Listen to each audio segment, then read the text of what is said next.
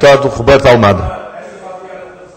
Senhor Presidente, senhoras e senhores deputados, efetivamente foi com alguma estupefação que eu vi a intervenção da senhora deputada Sara Madruga a anunciar a pretensa renovação, quando, e ao contrário do que disse o senhor deputado do Partido da Nova Democracia, mais de 50% dos deputados que estão aí sentados vieram da legislatura anterior ou exerceram cargos autárquicos ou outros cargos com a confiança política do anterior Presidente do Governo e Presidente do PSD. Portanto, falar de renovação é, de facto, uma balela que a nós não cola. Mas parece que o PSD Madeira e os senhores deputados do PSD Madeira estiveram todos em Marte e só aterraram cá nas vésperas das eleições regionais.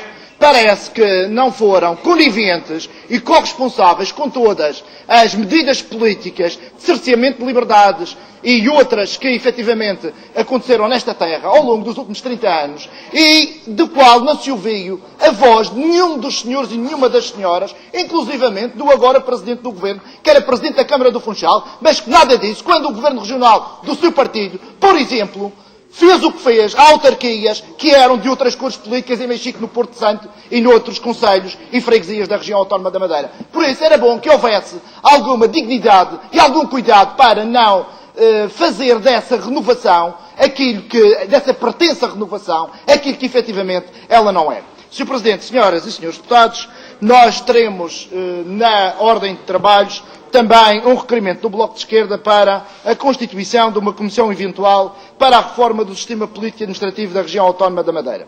Nós entendemos que é preciso que a Assembleia produza, com a participação de todas as forças políticas, um debate prévio sobre estas matérias, as matérias da revisão do Estatuto Político e Administrativo, da revisão do Regimento e de outras legislações que efetivamente dizem respeito ao sistema político. E entendemos que importa rever o Estatuto Político e Administrativo para, aprofundando e consolidando a autonomia regional, entre outras coisas, introduzir também as conquistas constitucionais da revisão constitucional de 2004, que ainda não foram introduzidas no Estatuto. Mais do que um mero enunciado de regras formais, o Estatuto Político e Administrativo deve consagrar, em nossa opinião, também uma Carta de Direitos dos madeirenses e porto-santenses, que deve ensinar esse mesmo Estatuto Político e Administrativo e que deve versar sobre matérias como habitação, emprego, educação, saúde, transportes e cultura, assegurando a efetiva integração da população da região autónoma da Madeira no todo nacional, compensando os efeitos da ultraperiferia e da insularidade. Entendemos que também deve ser discutido e legislado a questão da limitação de mandatos no exercício de cargos políticos e executivos.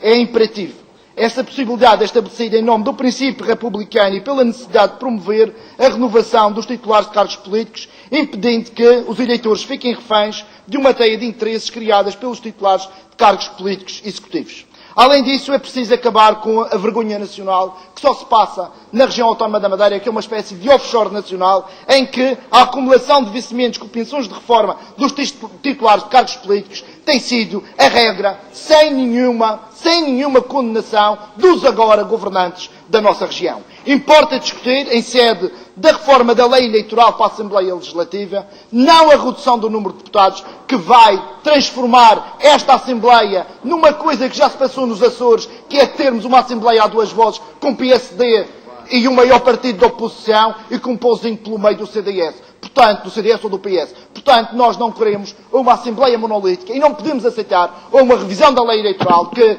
corra do Parlamento aqueles partidos que têm menor representatividade.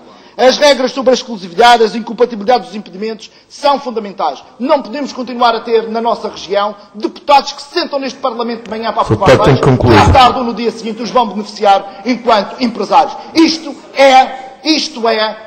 São comportamentos passíveis de configurar eventuais casos de eventual corrupção e nós não aceitaremos que se continue efetivamente neste caminho.